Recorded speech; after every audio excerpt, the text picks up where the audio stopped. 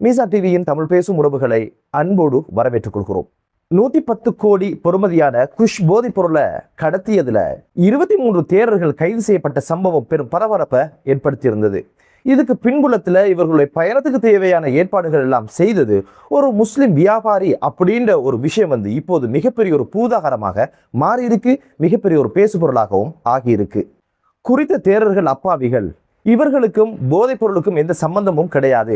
திட்டமிட்டு இவர்களை சிக்க வைக்கிறதுக்கு தான் இந்த ஒரு நடவடிக்கையை ஒரு முஸ்லிம் வியாபாரி செய்திருக்கிறாரு அப்படின்னு ஒரு விமர்சனத்தை இப்போது கசப்ப தேரர் உள்ளிட்ட குழுவினர் முன் வச்சதோட என்ன வகையான கருத்துக்களை இவங்க பகிர்ந்தாங்க அப்படின்னு பாத்தீங்கன்னா, இந்த ஒரு பயண குழுவுக்கு முழுக்க முழுக்க ஸ்பான்சர் பண்ணினது ஒரு முஸ்லிம் ஹாஜியார் அப்படின்ற ஒரு செய்தி இப்போது சமூக வலைதளங்களில் பரவுவதாகவும், இந்த செய்தி குறித்து இதுல உண்மைத்தன்மை என்ன என்பது குறித்து அரசு இதுவரைக்கும் வாய் திறக்காமல் இருப்பது பலத்த சந்தேகத்தை ஏற்படுத்துது.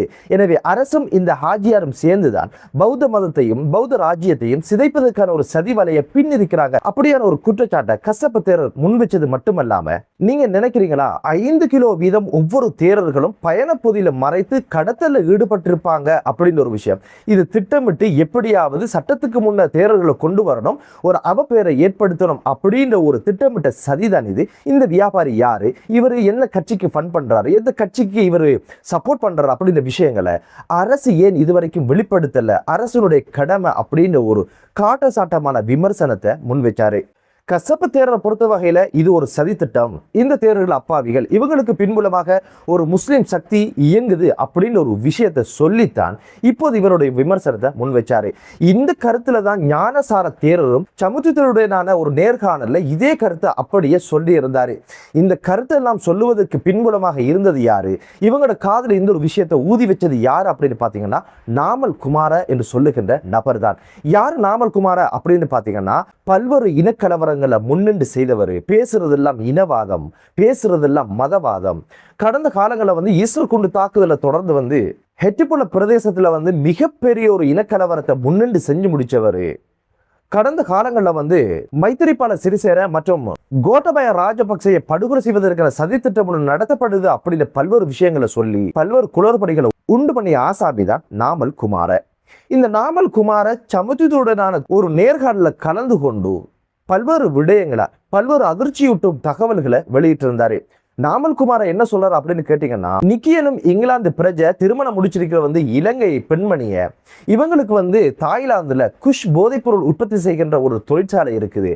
அங்கிருந்து தான் நிக்கி இலங்கை பிரஜைகளை பயன்படுத்தி இந்த போதை வர்த்தகத்துல ஈடுபடுறாரு. அவர் 5 கிலோகிராம் குஷ் போதைப் பொருளை கொண்டு வந்த சந்தர்ப்பத்தில் கைது செய்து சிறையில போடப்பட்டாரு.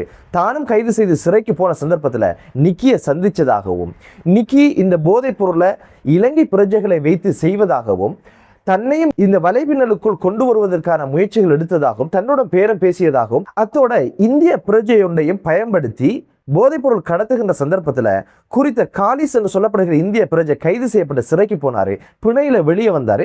அவரையும் இவர் தொடர்பு கொண்டு பேசியிருக்கிறாரு. நாமல் குமார அந்த காலிஸையும் தொடர்பு கொண்டு பேசிய சந்தர்ப்பத்தில் காலி சொன்னாராம், நிக்கி பாரிய அளவுல போதைப் பொருளை கடத்துறாரு, அதுபோக அந்நிய மதத்தவர்களையும் இதற்காக பயன்படுத்தியிருக்கிறாரு அப்படின்னு ஒரு விஷயத்தை அந்த காலிஸ் தன்னிடம் சொன்னதாகவும் நாமல் குமார் அவருடைய பேட்டியில சொல்லி இருந்தாரு. சமுத்திரத்தை உடனே கேட்டாரு, மாற்று மதத்தவர்கள் அப்படின்னா யாரை சொல்றீங்க அப்படின்னு கேட்டதுக்கு, அவங்கள பற்றி நான் இங்கே கருத்து சொன்னால் அது இனவாதமாக மாறிடும், அது ஒரு மதவாதமாக மாறிடும், போல அவங்கள்ட்ட பாஸ் பண்ற மாதிரி போயிடும், போலீசார் தான் கண்டுபிடிக்கணும் அப்படின்னு ஒரு விமர்சனத்தை சொல்லிட்டு அதை கடந்து போக முற்பட்டாரு. சமுத்திரத்தை விடவே இல்லை, சொல்லுங்களே அது யாரு என்ன ஏது, இல்லைன்னா எனக்கு மறந்துடும், நீங்க வேற ஒரு விஷயத்துக்குள்ள போறீங்கன்னு கேட்டதுக்கு அவர் என்ன சொன்னார்னா, நேற்றைய பத்திரிகை செய்தியில கூட நீங்க சொல்லி இருந்தீங்க இந்த கடத்தலுக்கு பின்புலமாக ஒரு முஸ்லிம் வியாபாரி இருக்கிறாரு அப்படின்னு சொல்லி. ஆனா அதுல எங்கேயுமே பேர் குறிப்பிடப்படல. உண்மையில அது யாரு, அப்படி ஒருத்தர் இருக்கிறாரா இல்லையா, விசாரணை நடக்குதா இல்லையா என்ற ஒரு விஷயத்தை போலீசார் எதற்காக இதுவரைக்கும் சொல்லாம மறைக்கிறாங்க, இதுக்கு பின்னால மிகப்பெரிய ஒரு சூழ்ச்சி இருக்கு அப்படின்னு சொன்ன உடனே மீண்டும் மீண்டும் சமித்து கேட்டதுக்கு அவர் என்ன சொன்னார் அப்படின்னு கேட்டீங்கன்னா, இதுக்கு பின்னால இருந்தது ஒரு வியாபாரி, காலி உணவற்ற பிரதேசத்தை சேர்ந்த முஸ்லிம் அப்படின்னு ஒரு விஷயத்த சொன்னாரு. மீண்டும் மீண்டும் கேட்ட போது அவர் சொன்னார் என்ன அப்படின்னு பாத்தீங்கன்னா, தனக்கு கிடைத்த தகவலுக்கு அமைய இந்த பயணத்துக்கு பின்புலமாக இதற்கான முழு ஸ்பான்சரையும் பண்ணியது முகமது ரிஸ்வி அப்படின்ற ஒரு விஷயத்த சொன்ன உடனே சமுத்திரத்தை கேட்டாரு, நிக்கி கொண்டு வருகின்ற போதைப் பொருளை ரிஸ்விக்கு கொடுக்குறாங்களா அப்படின்னு கேட்டதுக்கு அது பற்றி எனக்கு தெரியாது, இந்த பயணத்துக்கு பின்புலமாக இருந்தது அதற்கான முழு ஸ்பான்சரையும் பண்ணியது முகமது ரிஸ்வி அப்படின்னு ஒரு விஷயத்தை நாமல் குமார சொன்னாரு. நாமல் குமாரோடைய பேச்சில் தெரிய வந்த ஒரு விஷயம் என்ன அப்படின்னு பார்த்தீங்கன்னா, நிக்கி போதைப் பொருளை கடத்துறாரு, இந்த போதைப் பொருளை ரிஸ்விக்கு கொடுக்கிறதாக எந்த தகவலும் அவர்கிட்ட இல்லை. ஆனா இந்த தேரர்களுடைய பயணம் குறித்து பயணத்துக்கான அனைத்து ஏற்பாடுகளையும் ரிஸ்வி செய்திருக்கிறார் ஒரு விஷயத்தை தான் சொல்றாரு. அப்படி சொல்லுகிற இந்த சூழ்நிலையில எதுக்காக நிக்கி எதுக்குள்ள கொண்டு வந்தாரு? நிக்கி போதைப் பொருளை கடத்துறாரு, நிக்கி காலிஸ்ட சொன்ன ஒரு விஷயத்த முஸ்லிம்களுடைய தொடர்பு படுத்துறாரு.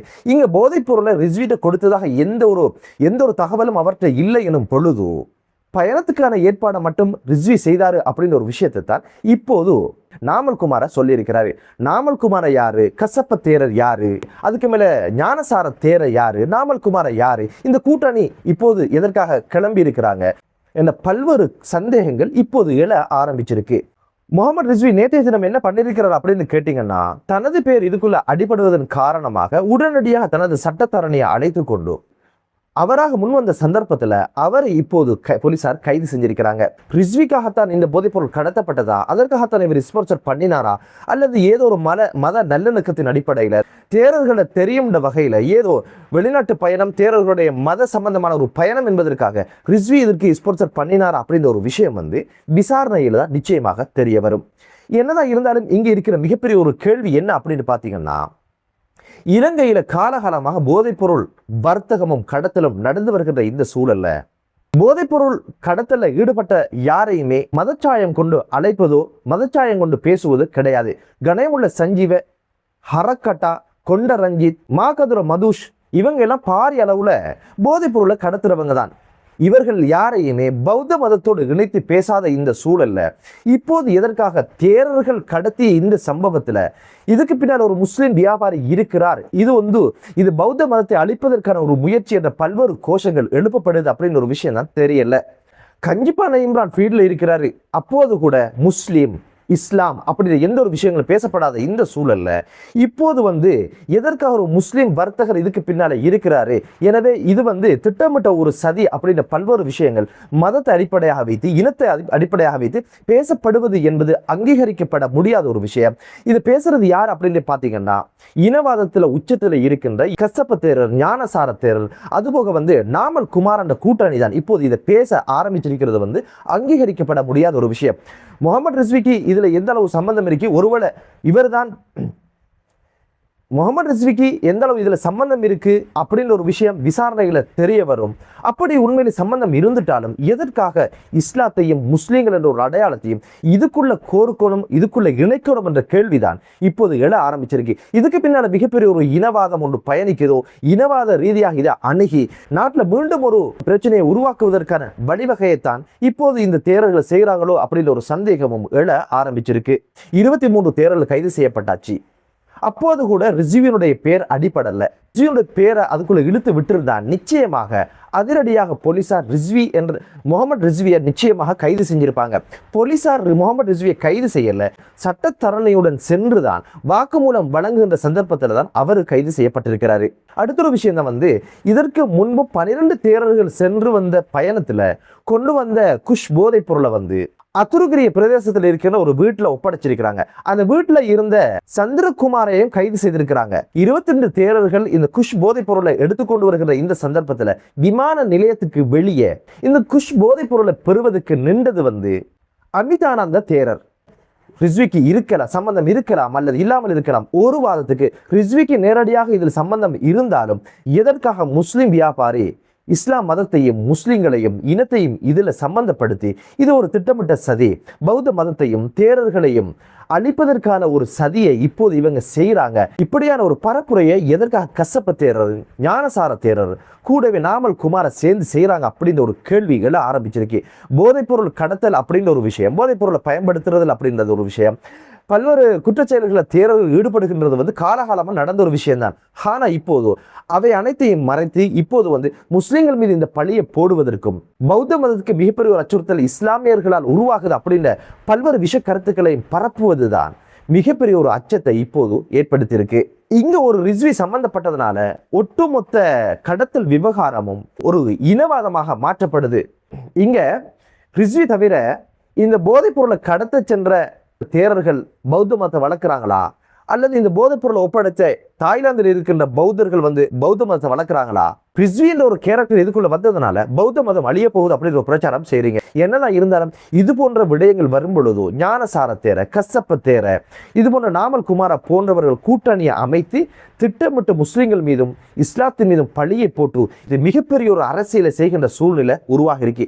என்னதான் இருந்தாலும் இது குறித்த விசாரணையில ரிஸ்வி எந்த இடத்துல இருக்கிறாரு, இவர் வெறும் ஸ்பான்சர் மட்டும் தான் பண்ணினாரா, போதைப் பொருளை கடத்துவதுதான் இவருடைய தொழிலாக இருந்ததா, தேரர்களை இதில் சிக்க வைத்து ரிஸ்வி பௌத்த மதத்தை அழிக்கிறதுக்கான பணியைத்தான் செய்தார்கள் என்ற குற்றச்சாட்டு இதில் ஏதும் உண்மைகள் இருக்கிறதா என்ற ஒரு விஷயம் நிச்சயமாக விசாரணையில் தெரிய வரும். அப்படி தெரிய வரும் பட்சத்தில் அதையும் விசாரணை அதிகாரிகள் ஊடகங்களுக்கு சொல்லணும் அப்படின்னு ஒரு வினயமான ஒரு வேண்டுதலோட போதை இல்லாத, இனவாதம் இல்லாத, மதவாதம் இல்லாத ஒரு தேசம் உருவாகட்டும் என்று கூறி மற்றொரு காணொளியிலே உங்கள் அனைவரையும் சந்திக்கும் வரை விடைபெறுகிறேன். நன்றி.